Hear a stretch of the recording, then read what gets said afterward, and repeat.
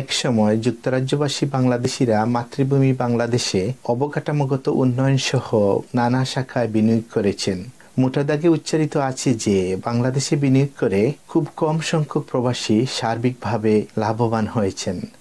উপরন্তু ব্যবসায়ীরা আমলাতান্ত্রিক জটিলতা সহ প্রতারণা, জেল, মামলা, হামলার মতো বড় বড় ঘটনার সম্মুখীন হয়েছেন।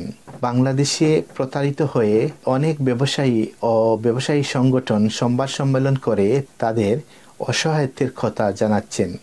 কেন বাংলাদেশি বিনিয়োগে যুক্তরাজ্যবাসীদের আগ্রহ কমছে দিন দিন? 52 বাংলা কমিউনিটি কনসার্নে যুক্তরাজ্যবাসী সাংবাদিকদের কাছে জানতে চেয়েছি তাদের পর্যবেক্ষণ। খবরের পেছনে থাকা প্রতিশ্রুতিশীল সংবাদকর্মীদের পর্যবেক্ষণ নিয়েই আমাদের আজকের 52 বাংলা কমিউনিটি কনসার্ন পর্ব।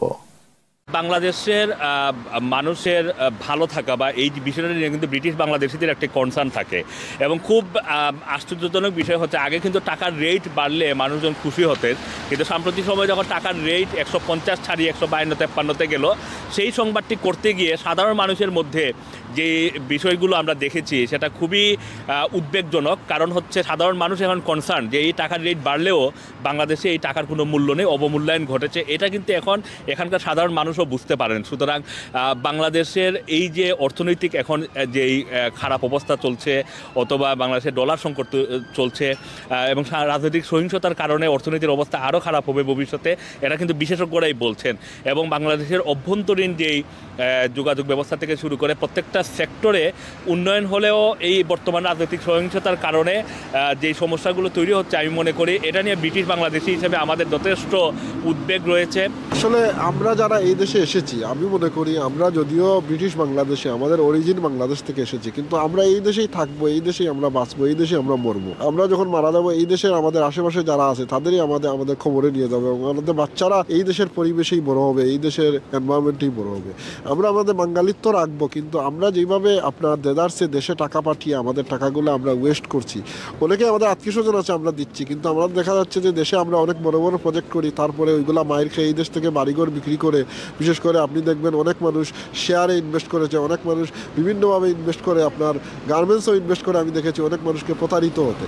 তো এই ইনভেস্টমেন্টগুলো যদি আমরা এই দেশে করি, তাইলে এই দেশে করলে আমরা আরও মোর ফ্রুটফুল আমরা রেজাল্ট পাবো এবং আমরা আমাদের ভবিষ্যৎ প্রজন্ম এইখান থেকে অনেক লাভবান হবে। বাংলাদেশে আমি পার্সোনালি মনে করি ইনভেস্ট করার জন্য খুবই ভালো জায়গা। ইয়েস, ইনভেস্ট কেন করাটা মানুষ অনীহা বা করতে চাচ্ছে না, কি প্রবলেম যেটা আমরা দেখি, আমরা ফেস করি, আমাদের কাছে লোকজন আসে, আমরা যেটা বুঝি বাংলাদেশে আইন আছে, প্রোটেক্টের ব্যবস্থা আছে, কিন্তু যখনই কোনো প্রবাসী ইনভেস্টের পরে কোনো সমস্যায় পড়ে ওটা রাইট ইমপ্লিমেন্ট হয় না, সে ওইভাবে সহায়তা পায় না যে সহায়তা তার আদৌ দরকার। তো একটা মানুষ কোটি কোটি টাকা ইনভেস্ট করলো, প্রবলেম হইতেই পারে, এটা যে কোনো দেশেই হয়, বাংলাদেশে হয়তো বা একটু বেশি হইতে পারে, বাট তাকে যদি রাইট সহায়তা দেওয়া হয়, সুন্দরভাবে যদি সমাধানের ব্যবস্থা করা যায়, তাকে প্রোটেক্ট করা হয়, দেন ইনভেস্ট করা যাবে এবং ইনভেস্ট হবে। আদারওয়াইজ এই ইনভেস্টগুলো আস্তে আস্তে কমতেই থাকবে এবং এইভাবেই কমছে আমি মনে করি।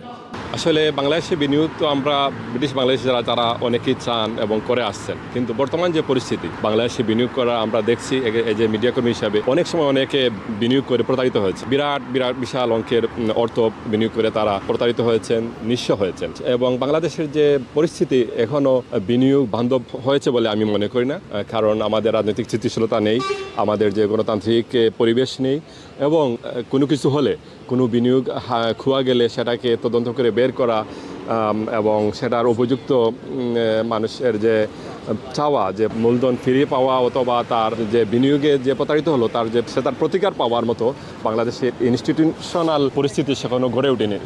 তাই আমরা দেশে আমরা টাকা অবশ্যই আমাদের দরকারে বিপদে আপদে আমরা পাঠাবো, কিন্তু আমরা বিনিয়োগে আমি মনে করি যে যদি আপনার একেবারে 100% যদি ওইটা আপনার সিকিউর বিনিয়োগ না হয়, তাইলে এই দেশে যদি আমরা বিনিয়োগ করি তাইলে আমরা আরও ভালো করতে পারবো বলে আমি মনে করি।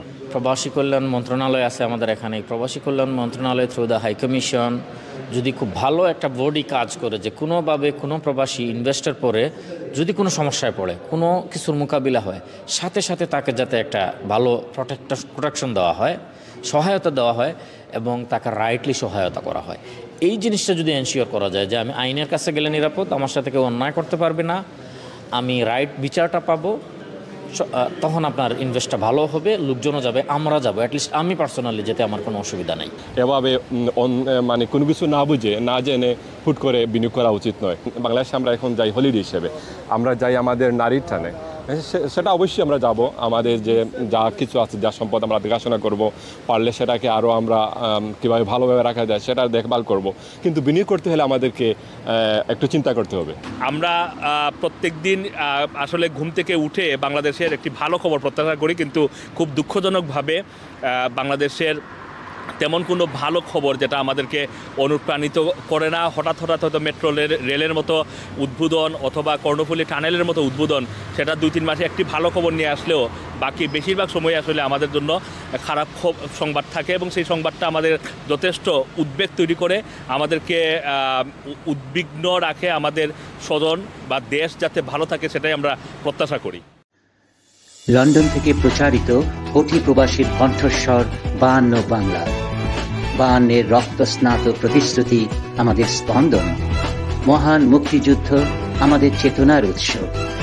52 বাংলা টিভি, বাংলা সংযোগ দেশে দেশে, কানেক্টিং বাংলা গ্লোবালি।